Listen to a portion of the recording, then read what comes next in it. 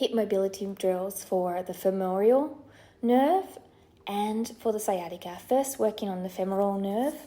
This one is a quadricep. You can also use a pin-up release. Make sure you have your heel flexed, also your glute squeezed, and lengthen that leg. You're going to move between spaces here. So you're going to roll down, pin and stretch it, which means that you put it onto a position. Don't point that foot, flex it. And then you put some pressure on it. Not too much that you want to run away though. Now we are working towards the TFL. Make sure your torso is rotating down towards the ground. You can do multiple movements, put your back leg anywhere that feels comfortable. And I'm working with different movements like internal, external rotation with a slightly bent leg, rolling around in the spots to feel where the tension needs to be released. And also I will work with a straight leg here as well, lifting it up and down. These are all options for you to work on as you do this TFL release. All of this helps for us to get hip mobility, but also releasing into nerves that reach around the hip area and the lower base of our body. This I'm showing you the TFL release now, and I'm rotating my body down towards the ground, moving in and out of areas where there is tension to release off that side area. Should also help with lower back tension, and I'm also doing a little bit of knee internal external rotation on the lower leg. Here I'm doing a banded lunge, making sure my glute is active, no arch in the lower back. Front leg pulls back, back leg pulls forward. Band is on the under the butt and on the shin, and you can also externally rotate the leg if you don't feel it to add a little bit more tension. Still keep those hips square. Glutes are always on. We're going to use this band again, but around our ankles and feet. The front leg moves out to the side. The leg at the back leg is making sure the hips are as square as possible, pelvis is tucked, and we're rotating the knee, internal, external rotation as much as possible, keeping control through the body. It's only rotating from the knee.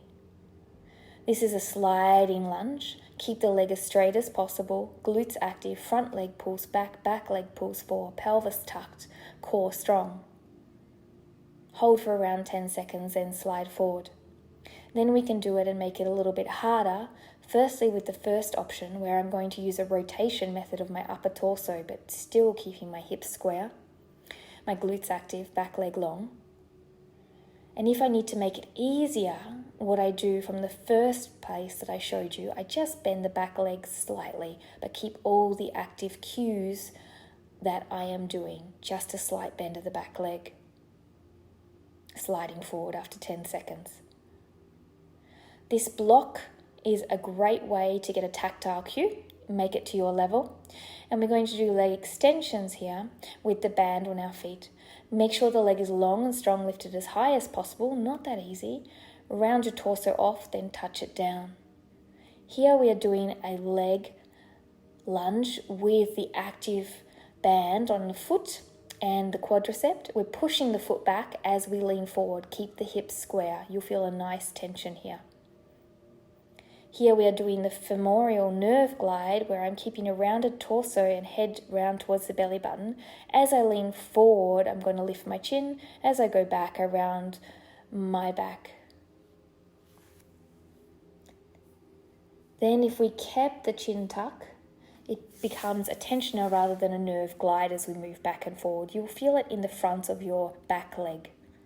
Make sure not to arch your back too much.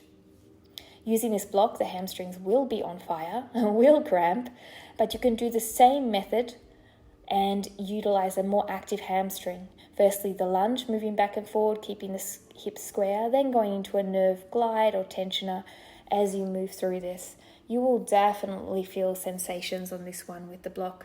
Make it easier, make a bigger space between your heel and your booty, make it harder, less space. Now we're moving into the sciatic nerve. We are rolling out the foot because the sciatic nerve runs all the way down to the foot. So rolling that out, make it feel good, both feet of course. Then we go into a calf. You can pin and stretch it. I'm putting weight through my hands to make it more pressure. Smile helps too. We want our mind to be relaxed. If our mind's not relaxed, it won't let us in and do the work. We're doing a hamstring release. You can also sit on a chair. You can rotate also, as I do, towards the screen a little bit and move between spaces. Using my hands for more pressure, I'm bending and straightening my knee. If you sit on a chair, you have more room to do that. This is a good one after that lunge with the block. Now I'm doing a peanut glute release. I'm just bringing my leg out to the side and back in. The other leg can be wherever you want it to be.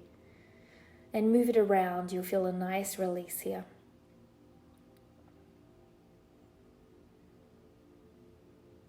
Now I'm releasing the lower back. I'm moving the hips side to side.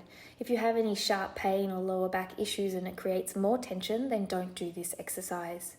It should feel good, not create more tension. Each exercise you're looking at about 10 reps. We're releasing the upper back by curling towards it, keeping our elbows in, and then curling our hips into a tucked position and lifting them up, alternating between the two. Upper back release. You can do it on the floor or on a block. Supine banded hip release. This should make sure that your hip is relaxed as you bring it into your chest. The band is on to the hip crease and the foot. The other leg is long and the knee crease is going down towards the ground. An alternative is push the bottom through the ground. So there's two ways to pull it up and hold it for 60 seconds. And secondly, push the leg towards the ground. Here we are doing windscreen wipers. Keep tension on the band the whole time. Add a little extra by the outside leg coming up into a straight point.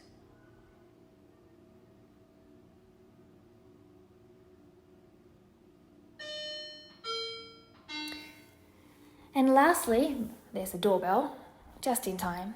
We are doing a hamstring stretch. You could also put the heel onto the block if you didn't want to balance. If you're balancing, use a wall. This is hard to balance. I'm leaning down and coming up tall. To move it into the nerve glide, you're going to round your back down and then come back up. So you're staying at the lengthening pike position, rounding and extending through your chin and your back. And to go into a tensioner, point and flex the foot, keeping at that piked position. Enjoy these